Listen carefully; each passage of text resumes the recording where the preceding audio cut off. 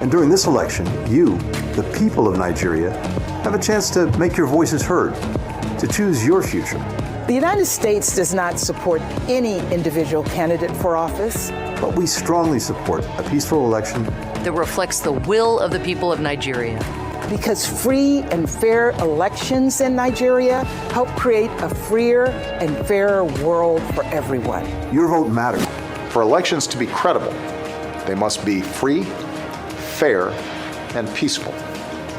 All Nigerians must be able to cast their votes without intimidation or fear. So I call on all leaders and candidates to make it clear to their supporters that violence has no place in democratic elections.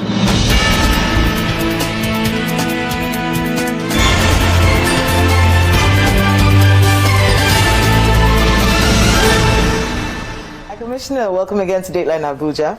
Thank you very much. It's a great pleasure to be here. So with everything that's happening right now, especially with the court cases and questions about the BVAS and the postponement of the governorship, when we heard the announcement that the governorship and state assembly elections had been postponed, what did you make of it? Some people said this was the right way to go because there's so many things that needed to be sorted out before that election. What were your thoughts on that? Well, so just before sort of stepping back a bit and maybe looking at the lessons from the presidential overall, I think on the positive side, the BVAS itself worked very well. We had a very good briefing from IAGA, who are civil society partners who monitor the election, and they were encouraged that the BVAS worked, if not with at least with not fingerprint, with the eye sort of accreditation. So that's been positive.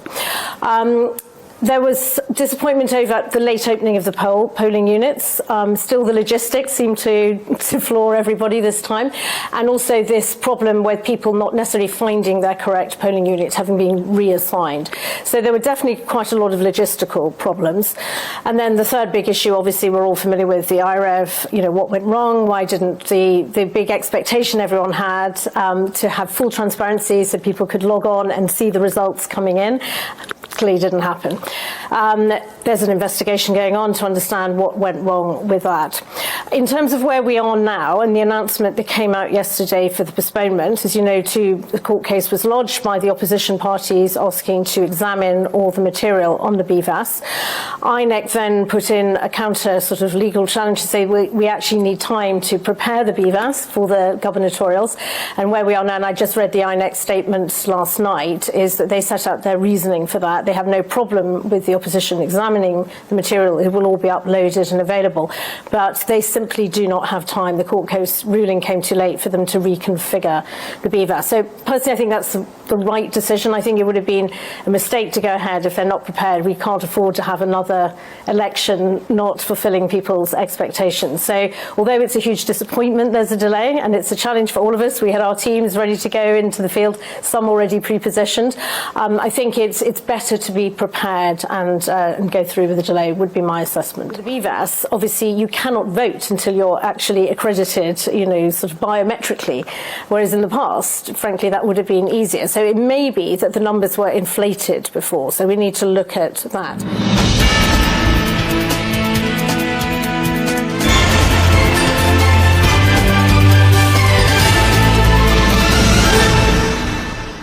One is the intermediary. That server is basically you said they have 3 sites. I'm trying to understand. 3 servers. Okay, 3 servers, okay. Yeah. The first one is where they host the website. The second one is where the BVA data is stored. Okay. The third one is the intermediary, is the link between when you collect data and you want to upload to the website. Mm-hmm. That's the third servers. Now, this is what happened. They switched off the 2 servers, the BVAS server and the intermediary server. They switched it off. Now, once they switched it off, because I thought they logged me out of the system because I was like, great hacker. How did you know this though?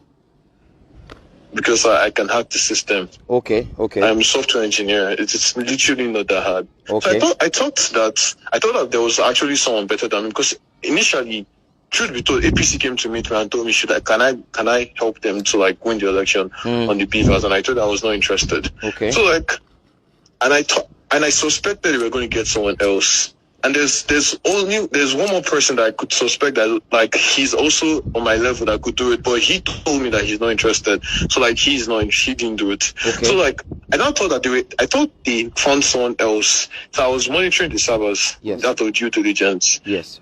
And I now realized for some reason I could not log in. And I thought that they locked me out, or by some miracle we had a very serious cybersecurity team, but that's not what happened. They switched off the server. You cannot connect to something that is offline. So Definitely. when I found out they switched off the server, I now realized that okay, they switched off the server, but what is going on? Then I inspected the space. It turns out that the space is being consumed without any data being imputed online. So that means someone is manually imputing data. Imputing the data, yeah. Yeah. Now it's just like buying data, and you left your phone in the house and you have roommates and you have not touched the phone, but you just realize that your 16 gig has finished. So that means someone used it, or empty and store your data. That's literally what happened. That is literally how they rigged your elections. How do we prove now?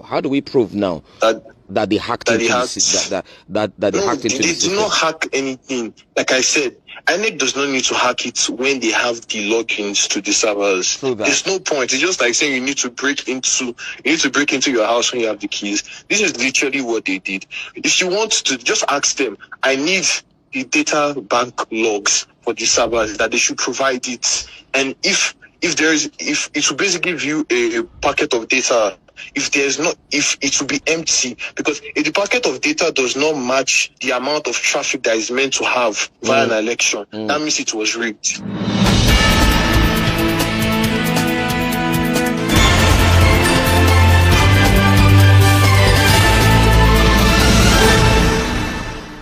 That is what is playing out currently in the case as we see it today. INEC is trying to get a court order that will be ruled on today to vary the ex parte hitherto given to the two political parties. The APC has also jumped in the fray. Technically speaking, one thing is certain.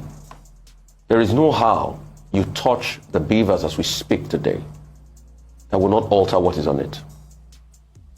That's what experts say. There is no how.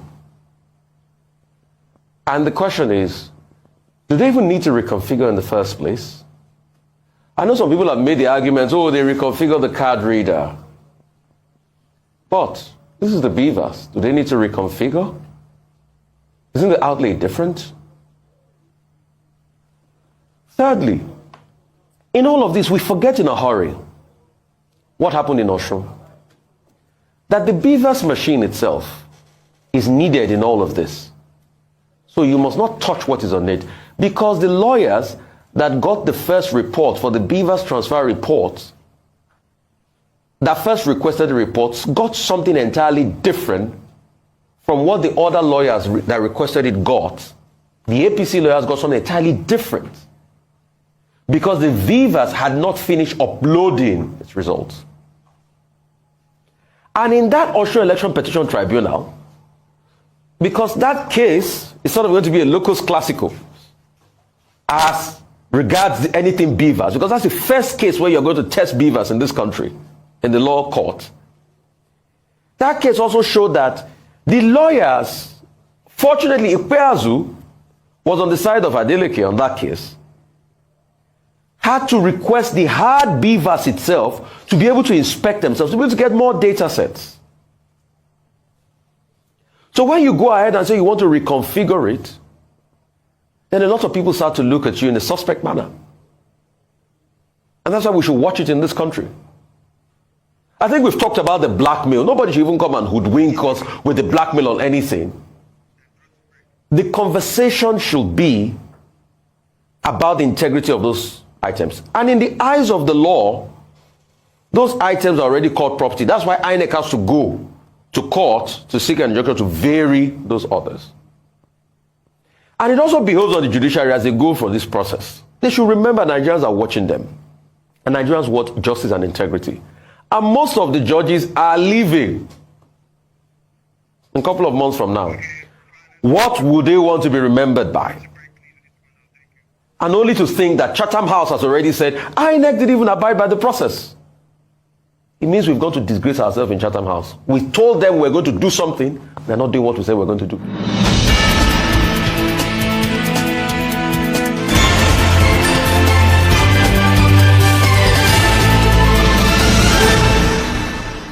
Now, the chairman of the INEC came up and said there was an hitch, some hitch, that disrupted the electronic transfer of results.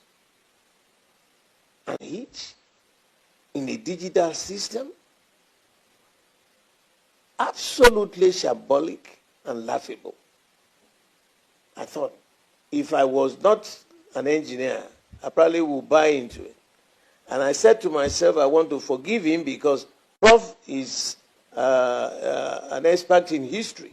The worst part of it, because I've asked this question before, who is the man in charge of the IT? Who is the man in charge of the IT? We have now discovered that he was, first of all, a commissioner in Lagos State, Commissioner of Science and Technology. His name is Femi Odubi. He is the man in charge of the IT of INEC. How did he become commissioner in Lagos? Who put him there? And then who put him in the INEC? Now, if Prof Yakubu had concluded that there was some hitch, why is that man still there? Look, we are toying with the future of this country. We are toying with the future of our own children. Somebody was there on the D-Day and the H hour. In the military, he would have been executed for such misbehavior. And now, you want to re-inspect the divas. The same man. We are doubting now, with all the figures and the ups and downs that are going on, is it defined? We told you that the man who is in charge of the IT was the boy fellow who worked under his government in Lagos. And that's the man who has pronounced that there was an itch, some ditch in the computer. Right. The man is still sitting down there. Let's wake up in this country, for God's sake.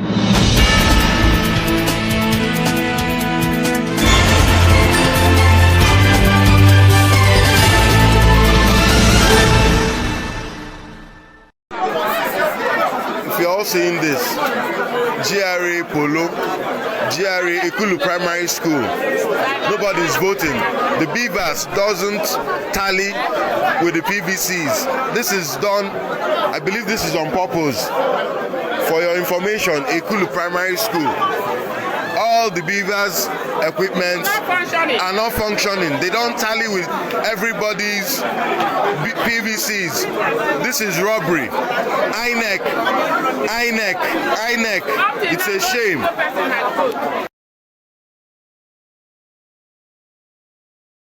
INEC, wait, una so say una dey use calculator. When I calculate this thing, one I put here from 2,270 to 2,850. How you take the 90,000? How you take the 90,000? Which calculator are they use? Which calculator are they use? Oh, INEC. How you take the 90,000? Which calculator are they use? Nobody this thing they see here. Nobody this thing they see here. How you take the 90,000 are there? Hey.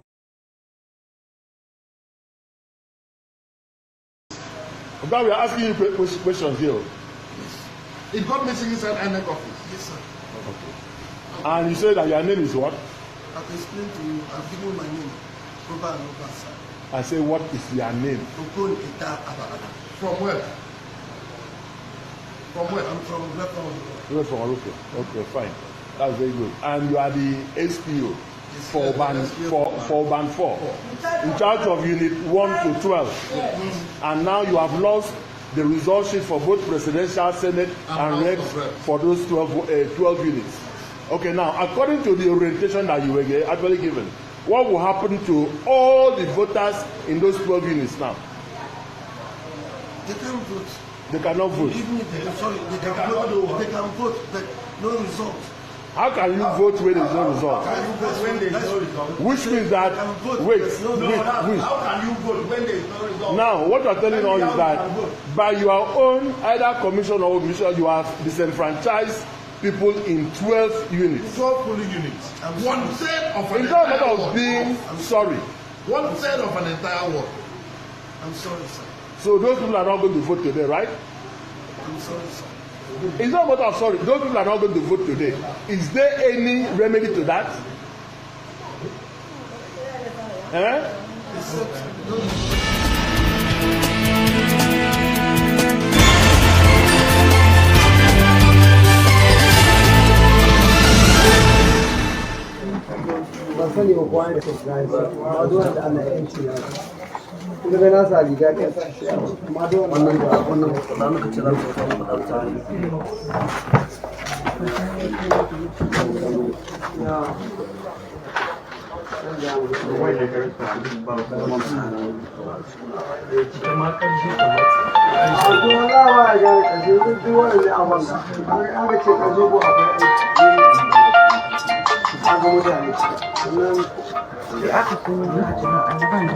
Bari miki biciwa ba.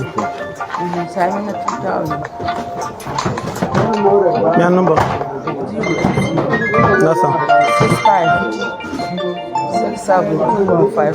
6567 2152.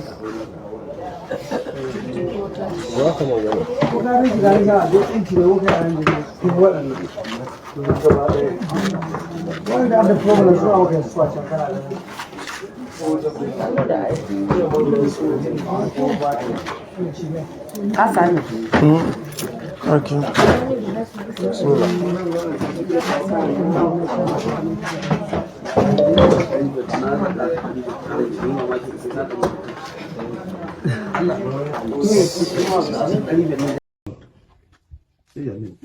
I'm Benibara Divine Le Adua. I'm the presiding officer of Unit 19. The election was conducted without results, and later they now bring a fake result for us to record the already result that we have gotten. So the only... Where is the fake one? Open it and show. Open it very well. These are the fake one. Where is the original one? The only original one is the presidential candidate. Speak loud. So, what did you say is your name? I'm Benibara Le Adua. Were you trained to upload results? No, they said they will give us... Were you trained to upload results? But they don't give us... You were trained by INEC yes. to upload results? Yes. So what? But they did not give us the link and the password. They say until they will come. And that is the time they will give us. And even when the RACTEC came to this polling unit, we asked him to give us the link and the password. What unit is this? Unit Ward 19.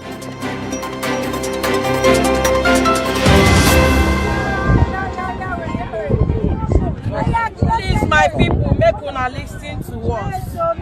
I am a presiding officer in my polling unit is 028.